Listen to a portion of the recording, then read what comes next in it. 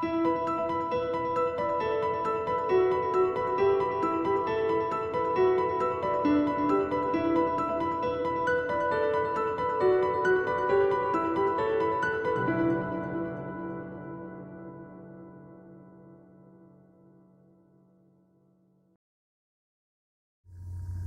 everybody, and welcome to Hope is Not a Tactic here on the Disrupted TV network. I'm your host, Lieutenant Joe Pangaro, and I'm thrilled to be here with you. You know, for many of us, we are quickly approaching the end of the school year if we haven't already ended our school years across the country. We need to look back at what did we do right and wrong for safety and security. We know we had some shooting incidents this past year in schools. We lost some people. But I think one of the best things we can look at is that we had some potentially very bad situations thwarted because people saw things and said something about it. We had kids come forward and say that they had heard somebody had a kill list, somebody was writing things, somebody was saying things.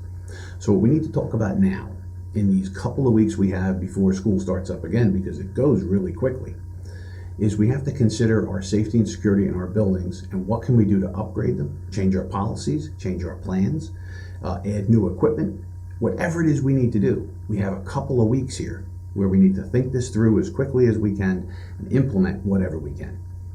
Now, budgets are always a problem. Everybody's always worried about the cost of things, and I understand that.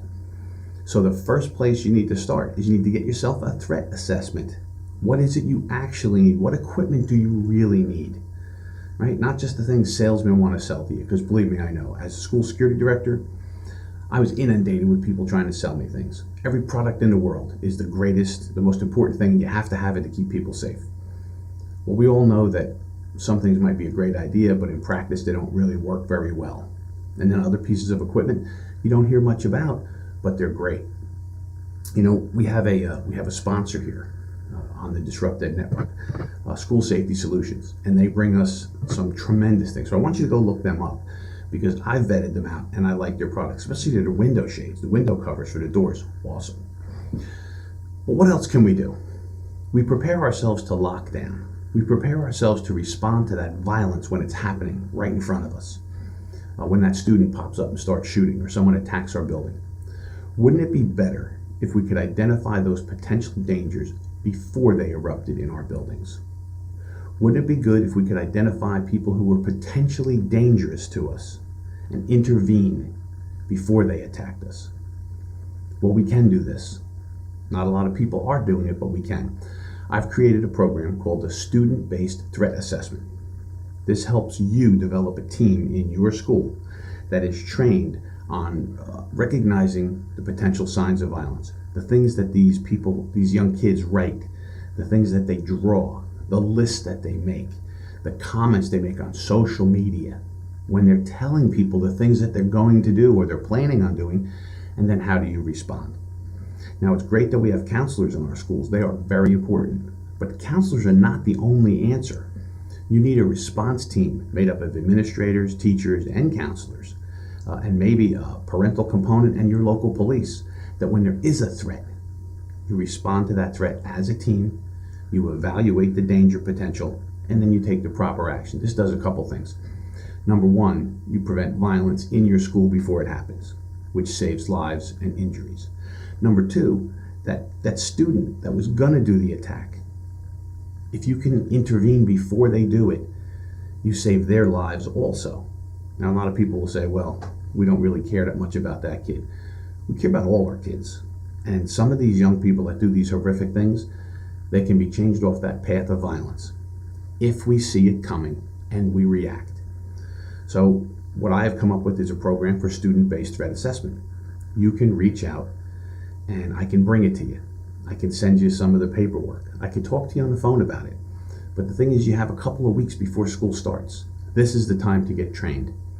The other thing you want to consider is de-escalation training.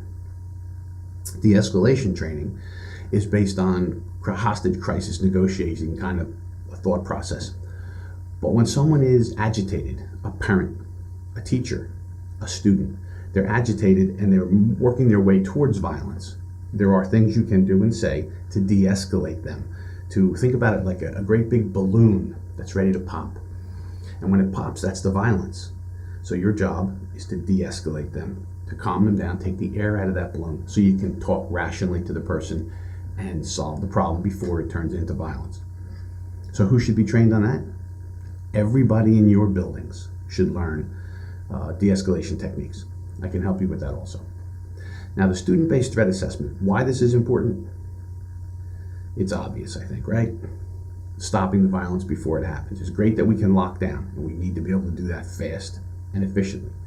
But it'd be much better to identify those students, intervene, get them the help they need so that your school goes on without the tragedy of a shooting or someone being killed or seriously injured. So these programs help us determine what actually is a threat. What level of threat is it? If it's a social media comment, does that mean what the kid is saying is really a threat? Is it something the police need to be involved in, or is it something you can handle in the school? This is all the things we need to talk about. These are the things you need to talk about, and I can help you. So for right now, here on Hope is Not a Tactic, remember, it's better to prevent violence than to react to it. But if you're going to react to it, you need to do it fast and efficiently. So let's keep everybody safe. We have a couple weeks this summer.